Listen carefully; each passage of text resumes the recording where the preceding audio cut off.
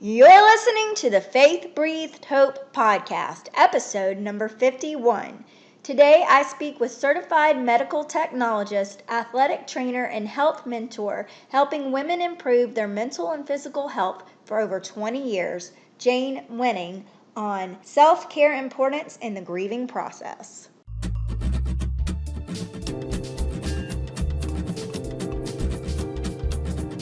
Welcome to the Faith Breathed Hope podcast, where we gain inspiration and motivation from others who share their touching stories of renewing hope and discovering purpose in any circumstance. I'm your host, Christina Reisinger, and today we will be encouraged by another tremendously inspirational topic that will embolden you to release fear, begin taking small steps forward, and move into your God-given purpose to live and serve in this life. Join me for today's story.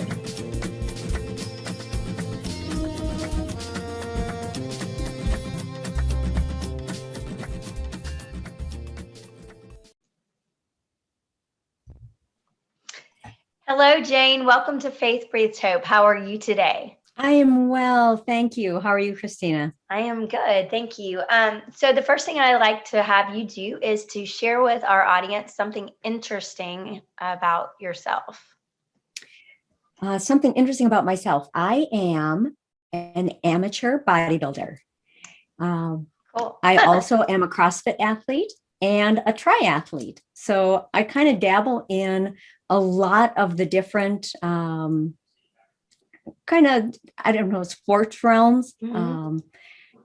I like to stay active, and I haven't found one thing that just has piqued my curiosity for real long. So I kind of travel between the different sports. That's fun. How much fun that I like that. I like that. My husband does CrossFit, and we do it together sometimes. So that's really cool. So we're going to talk about self-care and grief today. And the first thing I'd like for you to do before we really get into the conversation is just tell the audience a little bit about you, your story, who you are, and we'll go from there. Okay. So my story began when I was 11 and I was body shamed. And that instantly threw me into a depression. For 10 years. I battled with being body shamed. And I remember being 13 and using my babysitting money to buy diet pills. And since that time, I've come full circle with learning to love myself and learning to heal my body. Because when you are on all these fad diets and diet pills and not eating, dealing with depression and anorexia, your body has a lot of healing to do. And so I developed a wellness program with the work that I did with athletes and then the knowledge that I have being a clinical laboratory scientist. I developed a wellness program where I transformed my body and I healed my body and I learned to love myself. And so then from there, I thought I had everything all dialed in, because when you have what looks like health on the outside, you think you're healthy on the inside. Mm-hmm. But I realized as I was an entrepreneur and a wife and a mom that I wasn't present with my husband. I wasn't present with my kids. And I knew that there was something lacking. So I did a lot of reading and research on brain health and recovery. And a missing piece for me was sleep. Sleep is so critically important. And people wear their lack of sleep as a badge of honor. And so I completely rechanged my evening schedule so that I could get more sleep and then be the mom and the wife and the entrepreneur that I wanted to be. Mm-hmm. And so then as I matured, I found myself in a sandwich generation person. So I'm raising my kids on one side and I'm dealing with senior parents on the other side. Mm. And so I was really caught in the middle of having to devote my energy to caring for my parents and caring for my children. Mm. And that took a lot of energy, and I had to revisit my health pillars again to see which ones were lacking. Mm. And I was not caring for myself in the nutrition because I was so busy, everything was grab and go. And I realized that my nutrition was lacking, and it was really causing a lot of energy issues. And then I didn't have the mental bandwidth to be caring for people on either side of the spectrum. So I revamped my nutrition, and so that period was great. And then the most recent period that I went through was a couple years ago when I lost both of my parents. And now my children were older, and they didn't really need as much attention from me. But I was the one I have another interesting fact about me is I have 7 brothers and a sister. Oh, wow. You would think, oh yeah, you've got a lot of support as you go through this, but everybody grieves in their own way. And all of them, all 8 of them, pretty much said, you handle everything. You take care of their healthcare. You take care of all the final arrangements. And I barely got done with my dad's funeral and his arrangements and trying to deal with his estate. And then my mom passed away. And so there was just a lot of energy. And I realized too, at that point, that I was holding a lot of anger and resentment, the emotional energy piece, because my siblings just dumped this piece on me, and they kind of washed their hands of it. And I know everybody deals with grief in a different way, but I really had to step back and honor my grief, and then move forward with taking care of the affairs. And if I didn't have my pillars steady at that point, there would have been no way I could have gotten through that grieving process. So that's kind of my story has matured in a lot of different ways, but it gives example of how self-care not only is important for your external and your internal health, but it's also important for your heart health. Yeah, definitely. And I know that we see that a lot, how a lot of people talk about self-care, and, I used to think about self-care being, oh, we're going to go to the spa, we're going to go treat ourselves to do this. And then when, I went through a few things, I decided, self-care is very much this idea of water, sleep, the necessities, food, things that we don't pay attention to when we are really, focusing on other people, and we're focusing on our grief. And I love the fact that you said sleep, because sleep is something, maybe all of them, but sleep is something that I know for a fact is a lot. It's very easy to kind of push to the side and say, oh, well, I should be working. I should be taking care of my kids. I need to decompress because this day has been so extremely stressful. And so I'm going to stay up an hour and just veg in front of the television just because my brain is too wired up. But knowing that every time you do that, every time you kind of shame yourself for not working at night because you didn't get it all finished during the day, you're kind of robbing yourself of your health. So I really love the fact that you mentioned that. I think I'm in the deep in the mommy phase right now, so I see that with a lot of moms for sure. So you have this 4 pillars of health. Is that, you mentioned sleep, Yes, and nutrition, and so we have 2 more.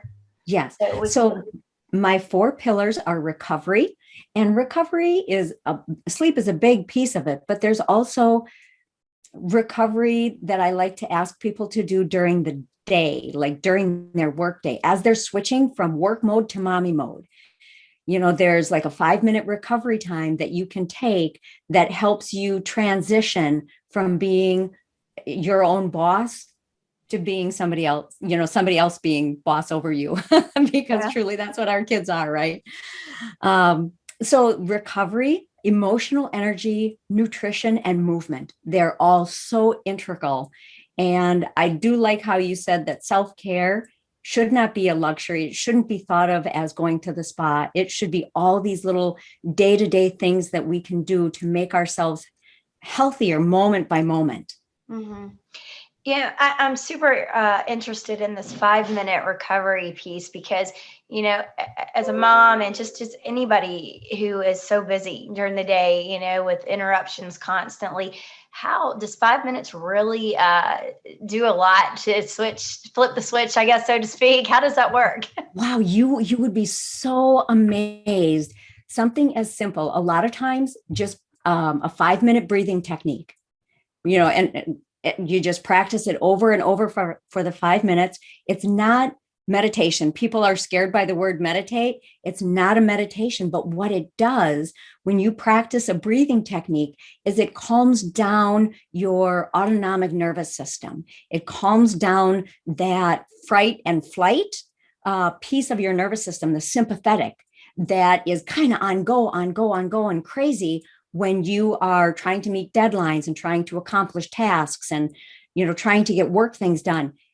It kind of calms that before you move into your rest and digest, or the parasympathetic side, which is more calming. And that's what's needed, especially if you want to be present with your family. You don't need to be the crazy high strung. You need to be calm and present, Right. and then it will set you up for a great night's sleep as well. Awesome. So the next one you said is an emotional energy, you said? Yes. So we know that stress is a big deal. Stress is something that a lot of us, I can't say all of us because then I would be dealing in absolutes, and I can't speak for everybody, but a lot of us go through a lot of stress. A lot of people have been under a lot of stress during the pandemic, being stuck at home, different types of stresses. And so I'm assuming when you say this emotional energy, you mean that we are drained by the different stressors that we go through. And when we go through those things, that it just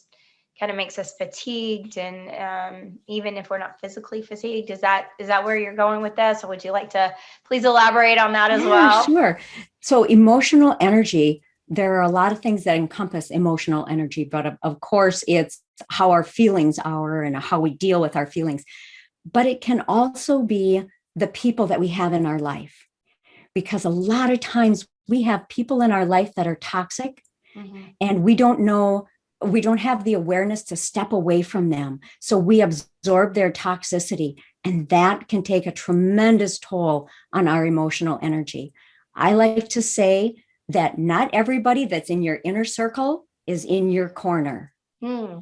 So being aware and knowing who is really in your corner and who's in your inner circle that might be toxic, and try and push them to the outside. A lot of times it might be a family member, so you can't completely eliminate them from your inner circle, but you can really push them to the outer limits of your inner circle and turn the volume way down.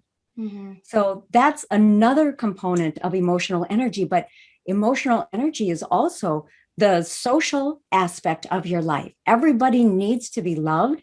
Everybody needs the social piece. And if you isolate yourself, which has been really difficult during the pandemic, that's where a lot of the emotional energy, negative emotional energy, has come from, because we are supposed to be in communion with one another. And when we are forced into isolation, it creates this invisible stress that we don't even understand, and we don't know where it's come from. And if we don't know where it's come from, we don't know how to get rid of it. So that's also another piece of emotional energy. And I've met some people lately that we were having a conversation, and I don't know why this didn't ever occur to me, but they were expressing the fact that they were very much extroverts. However, when they came home, they had to have a lot more decompression time. So like when they're out and about in social situations, they're able to be on and they enjoy it. But then when they come home, they need a day or two to recover. So I started thinking about, I think that I don't know if that's just a personality thing, or if that is maybe a rite of passage thing, getting older, because I noticed that I'm a little bit more like that the older that I get. I don't know. What do you think about that? Or is it just about setting boundaries and it's really that simple? You know what? I think that behavior, I don't want to say it's a learned behavior, but I think once we have been void of that introverted lifestyle, that it can take us a while to get back into a good pace of that introverted lifestyle. So my son is on the autism spectrum. He barely hits it, but he hits it enough where he gets overloaded by a lot of sensory input. And so it was one of the things that we had to be very aware of. If we were going to go to a birthday party or a family gathering, we knew we had a time limit with him where he could handle the all the extra noise, but then we'd have to pull him back. And I think that's a lot of what people are experiencing now. They've been in this quiet little pocket for so long that now they're exposed to all the energy, and it's almost overwhelming to their nervous system. So then they have to come back and like you say, decompress.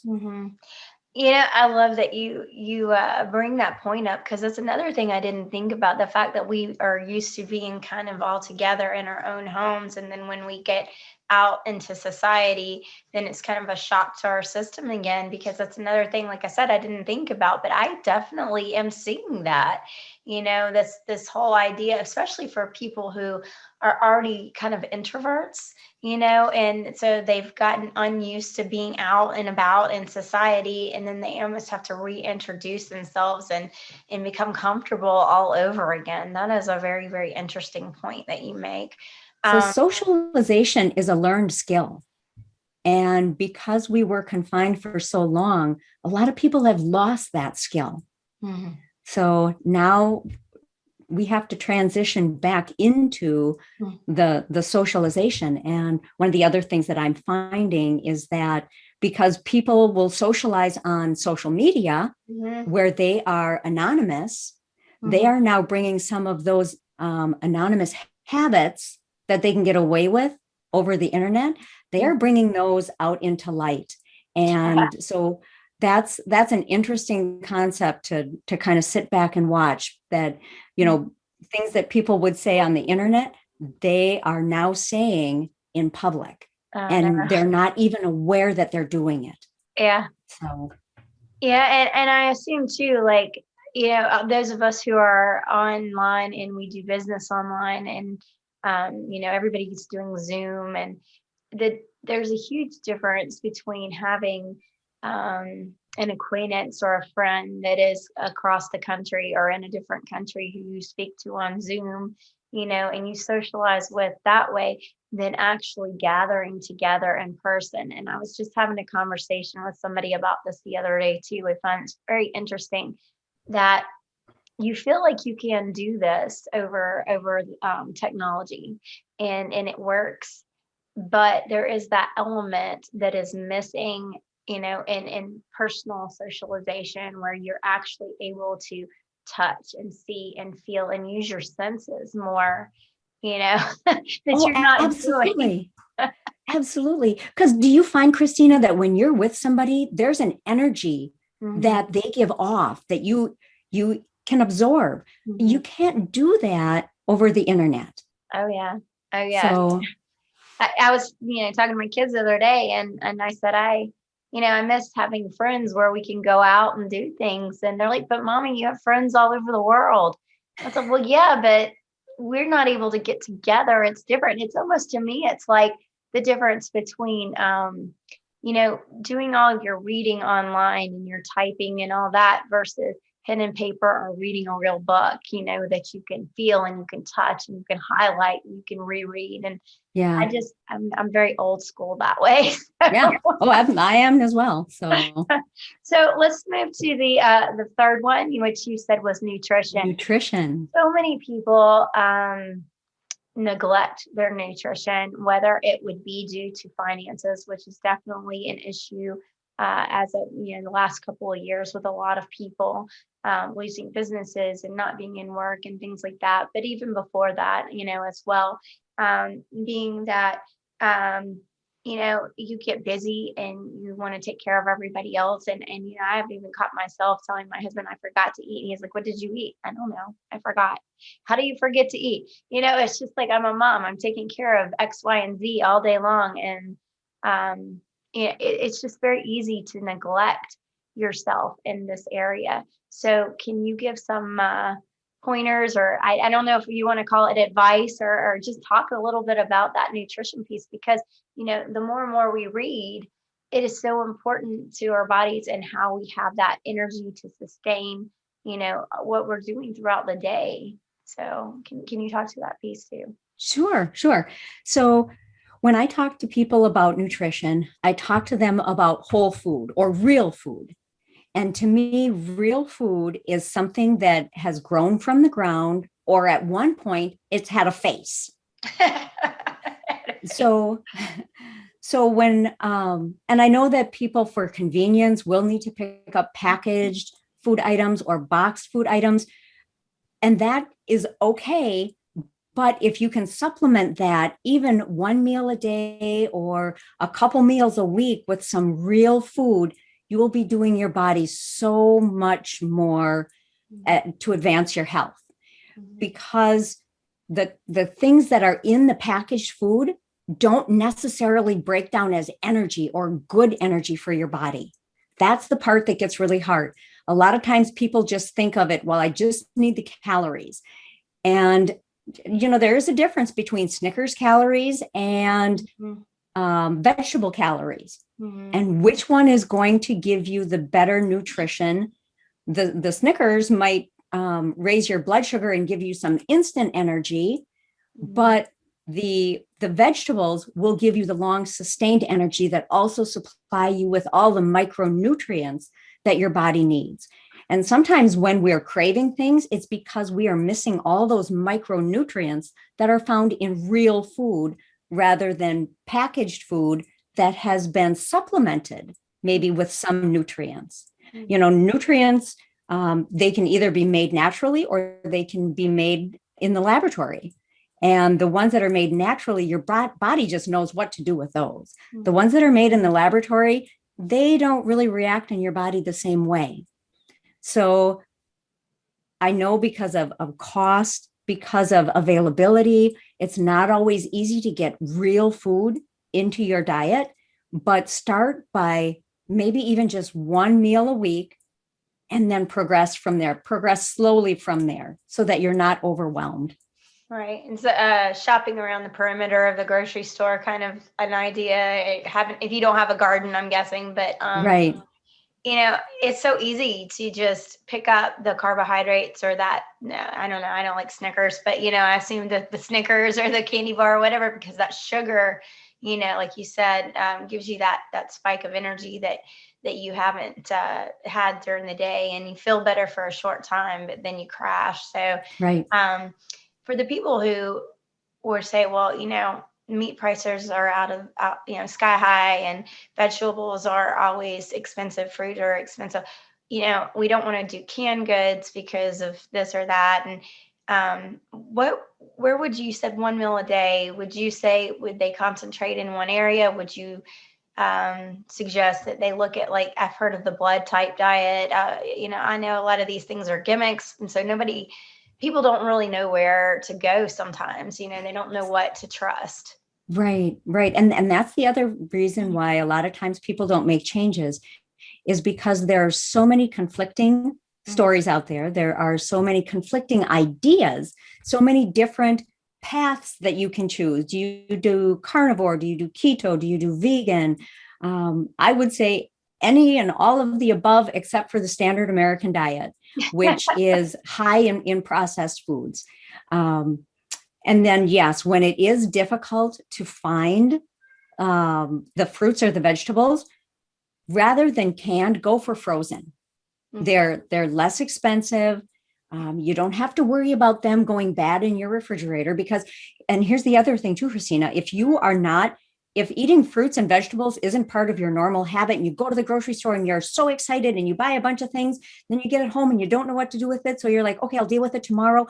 By the time tomorrow comes, those fruits or vegetables have gotten bad. Yuck. So that's my suggestion, is if you are just starting out and trying to incorporate some fruits or vegetables into your diet, like fruits in a smoothie in the morning for breakfast would be great, because when the fruit is frozen, then it makes the smoothie thicker.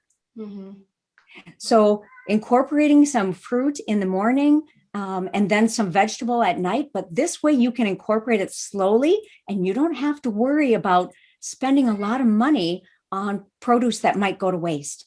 Mm-hmm. Definitely. I'm a smoothie girl, so you're singing my song here. And then the next one that you were talking about is movement. And so you must know a lot about movement, being a CrossFit and triathlon lady. So can we talk about, so many people, a lot of people love to move. I love to move, but there are also probably an equal amount of people that do not love to move. So they need some motivation. What would you have to say about that? So I would talk to those people, and I do talk to those people. And the first thing I ask them to do is to start with small amounts of movement a day. Just start by walking. It doesn't have to be a big walk, but especially as you might be maybe combining some of these pillars together and wanting to do a little decompression, or taking that 5-minute transition period and go for a 5-minute walk to just kind of release one part of your day before you're going to be tackling the next part of your day.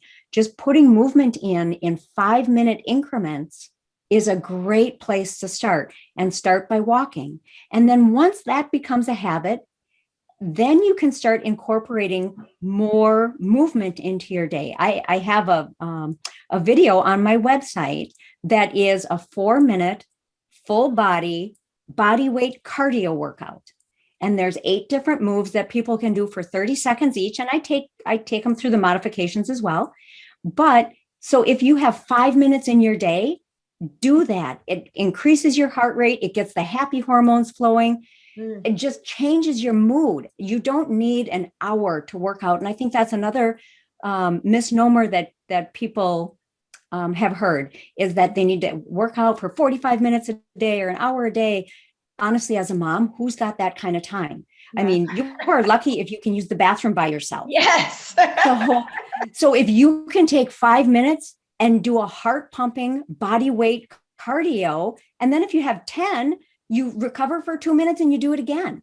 I love it. But start with walking. Give yourself that gift of 5 minutes to walk and breathe, and transition into the next part of your day. That's a great place to start. Oh, I love it. I can't wait to check that out too. So, one of the things that I have learned over probably just the last year or so is to give myself grace in this movement area. I don't know how everybody else is, but I used to compete with myself, and I still do. But, if I did 2 miles yesterday, then I needed to go 2.5 to 3 miles today, or, I'm a runner, among other things. But, and I had gotten to the place where I did not do a triathlon, but my husband and I did a half marathon. And so then going back to that 2 miles again, after not being able to have the time to work out, was really, really frustrating. And so what I feel like has come up for me over the last, year, like I said, is just to be thankful for the time to get out. I use that time to praise the Lord, and getting to this space where I'm okay. I don't beat myself up. I give myself some grace. I'm like, you know what? I got out. I had 2 miles, which is better than no miles. Right. I get to experience the nature and fresh air and things like that. Yep. So I think that's really important as well. So there's something that I talk to my clients about, because we all strive for perfection, but sometimes perfection is unrealistic.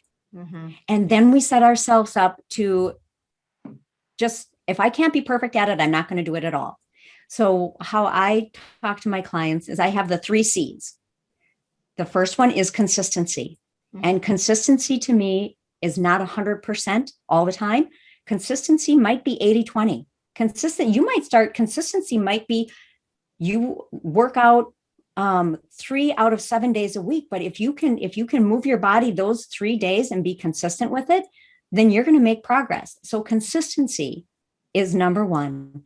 And then number 2 is creativity, because life happens. You're a mom, you know how quickly life can happen. So you have to be creative. And you know what? Maybe you were planning this great elaborate meal, and something with the kids came up, because it always does. Okay, then I've got to go to my frozen vegetables and I've got to go to plan B. So but we're getting our vegetables in, but you have to be creative about it. And then the third C is compassion. Oh, yeah.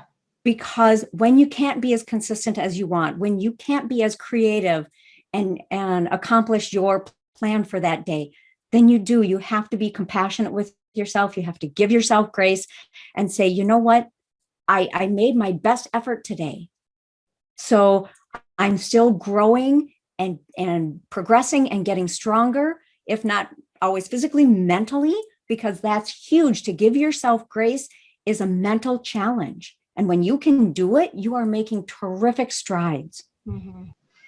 So I love this idea of the 3 C's, the consistency, creativity, and compassion, especially the compassion, because for those people who really think themselves to be perfectionists, or those that don't even know that they're perfectionists, it can be really difficult to give yourself grace when you really think that things need to be a certain way and they have to be this way. And especially if you're thinking, okay, I'm supposed to be consistent, meaning that I have to get it 100%. And I like the fact that you said it doesn't have to look like 100% every time. It's just the fact that you're actually taking that action. And that has been a long road for me to try to say, I need to live in this space where I realize that it's not every season that this happens. We have different things that happen in our lives. Maybe your kids are a certain age, or, and maybe you have something going on with work or whatever that situation is. And you have to say, you know what, it's okay. It's really okay. I'm trying my best, and I'm not sitting down on the couch and just letting everything go. And Right. and maybe tomorrow it will be better. Right. No, and you hit on a really good point. We all have seasons in our life, just like the nature has its seasons. We have those seasons as well. And if we are able to acknowledge those and recognize what season we are in, it can help us deal with all 4 of these pillars a lot better. Mm-hmm. Definitely. So one of the things that we were going to talk about is this idea of going through these pillars during grief. And so if I am in everyday life and everything is just humming along and going, it might not be perfect, but it's trying to going the way it should be expected, then we look at these things and they are still challenges. However, when we have something that happens that causes us grief, whether it is a loss of a loved one or a loss of a job or a friendship or whatever it may be, maybe even a relationship, it can be a lot more difficult to stand firm in these pillars, in this area of self-care, in this area of making sure I'm getting enough sleep, making sure that I'm allowing myself to recover, making sure that I'm taking care of myself emotionally, that I am making sure to eat well and to move. So how can you help that person who is kind of in this place of grief that really is struggling? Because that when they're not taking care of themselves in these areas, it's very cyclical, and those things make the grief even worse. Right. So, you get in this rut of sorts where you can't dig out. So what kind of things would you tell that person who says, you know what, I really want to take care of myself, but I can barely get out of bed in the morning because I'm so depressed. I'm so sad. Okay. And so the one thing that I would talk to them about is exactly that, is the recovery piece. Because when the recovery piece is there, it's the recovery piece, all of the pillars are intertwined. But with the recovery piece, if you are not allowing yourself to sleep, then you don't have the mental bandwidth to deal with your broken heart. Mm-hmm. You don't have the ability to make good food choices, because studies have shown that when you are sleep deprived, your body craves the energy that it didn't get during recovery. So that's when you start reaching for some of those processed high sugar food items that are going to take away from your health rather than contribute to it. And then also when you don't have, when you haven't recovered, you don't have the physical energy to put movement in your day. And movement is so important too, because like we talked about earlier, the happy hormones, the happy chemicals that get flowing through your body, even when you do something as short as a 4-minute high intensity workout, the good things that start flowing through your body are very neuroprotective. So they protect your nervous system against being in this state of super stress, where that just eats away at you. So recovery is the first piece that I would talk to people about. And then in that same vein, though, making sure that they can get out of bed. There's a reason for them to get out of bed. And having that motivation, that's the more of the emotional energy piece. So they need to make sure that their inner circle, they've got people in their corner that can help them to get out of bed when they need to. That can be that gentle motivation. Hey, let's go for a walk. Hey, let's go out and have lunch. You know, having those people in your corner can be so beneficial to you emotionally and physically. So that's the recovery piece is the big piece, because that's kind of the catch-all. If you're not recovering, your other pillars are going to fail. But if you can't get out of bed, then that is a sign that you need to work on your emotional energy as well. And I completely agree with you about having a good support system.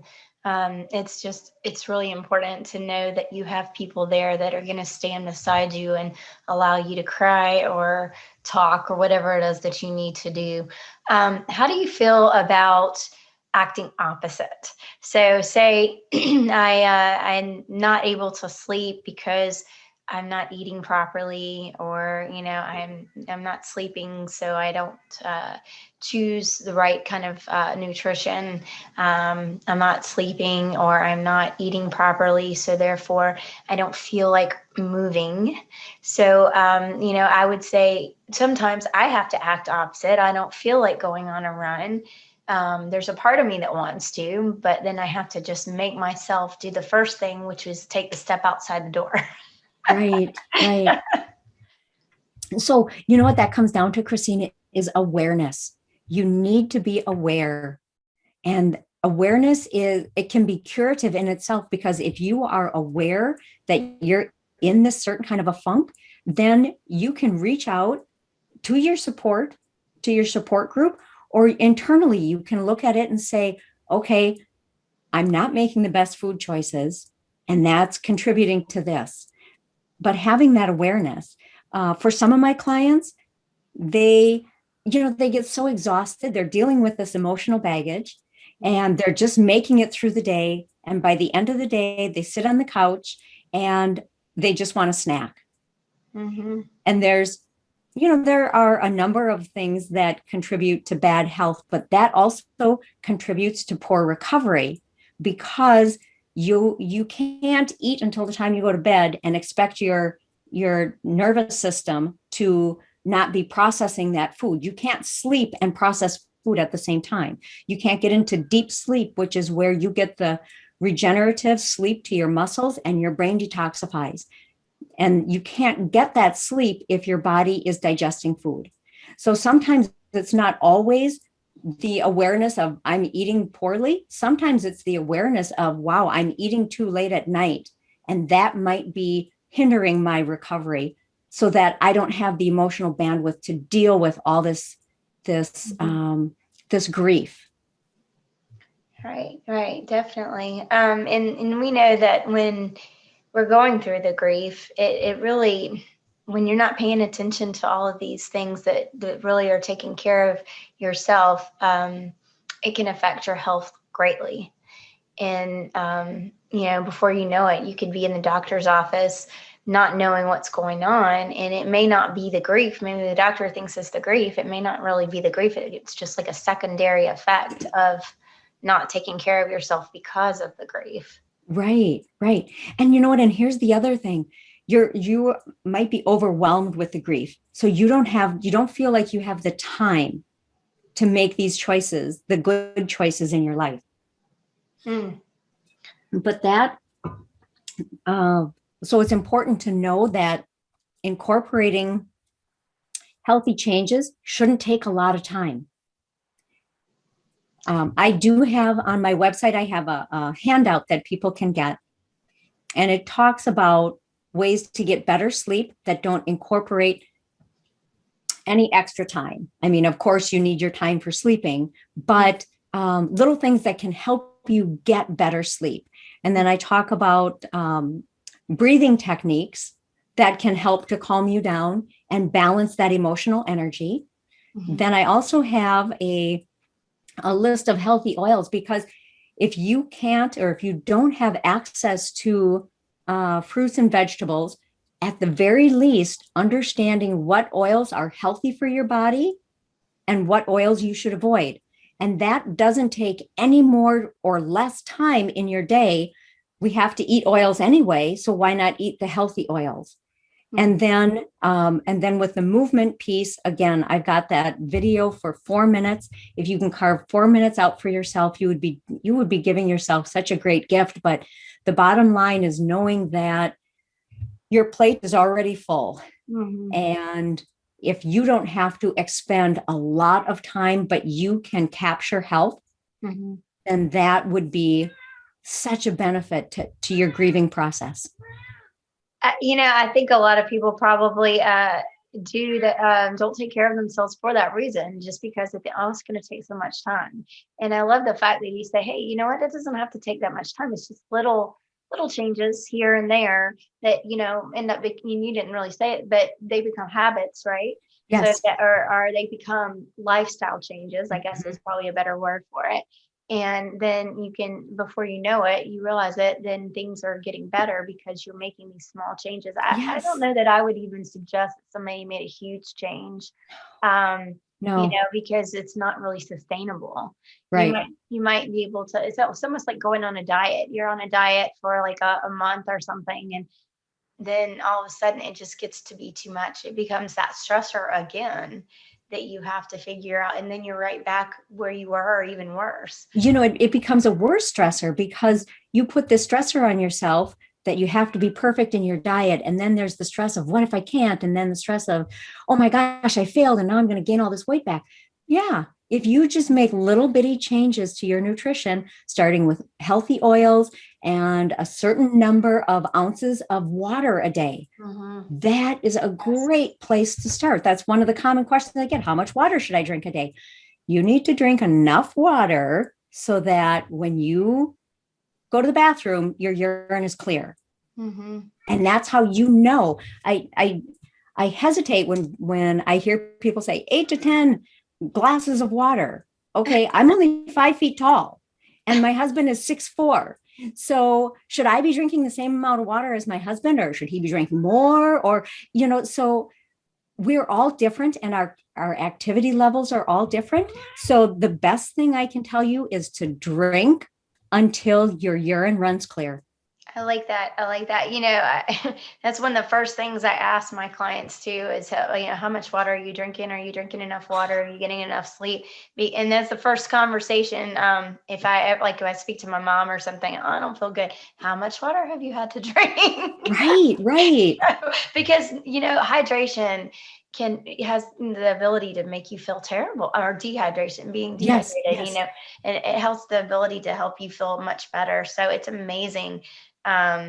These simple things like sleep and hydration and nutrition and movement, which are not so simple, but we make them where they're not simple. But those are the things that you can change before you go to extremes. And right. I'm not here to preach any things that doctors would take care of, but you can always start with those kind of things as well.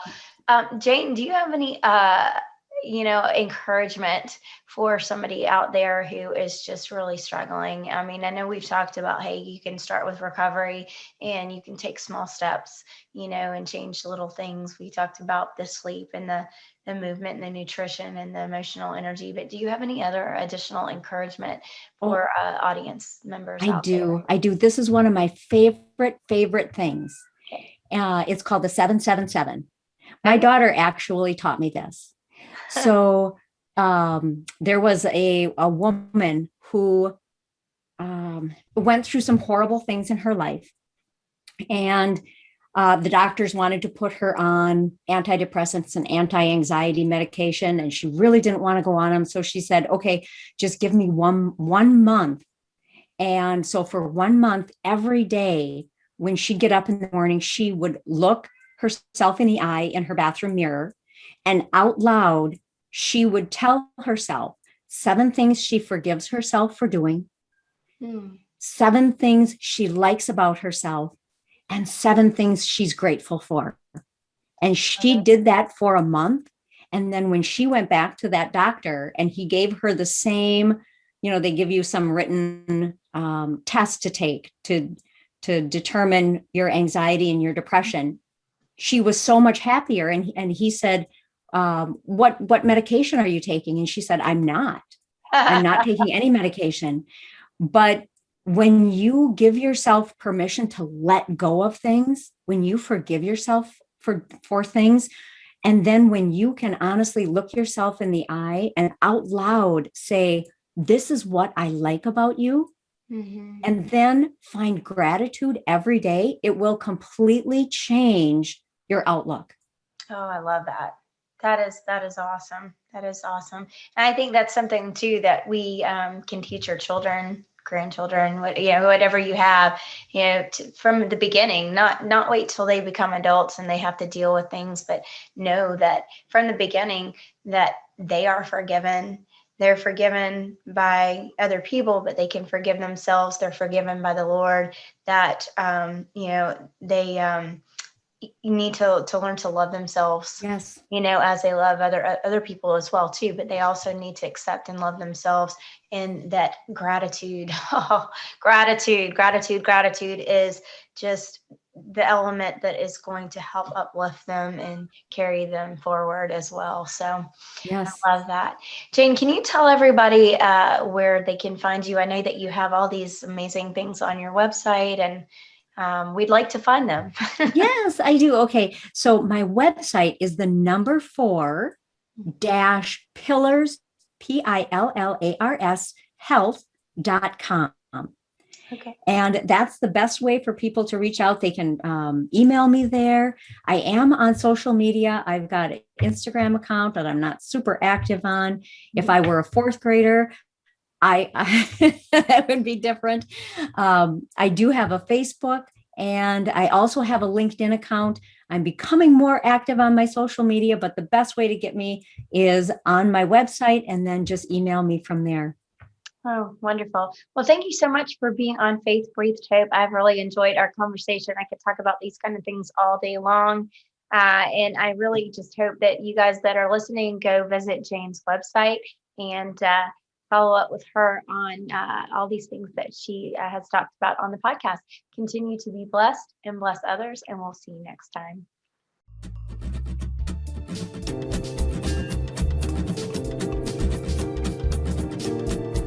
And I want to thank you for joining us on Faith Breathed Hope, where you gain inspiration and motivation to renew hope and discover purpose in any circumstance.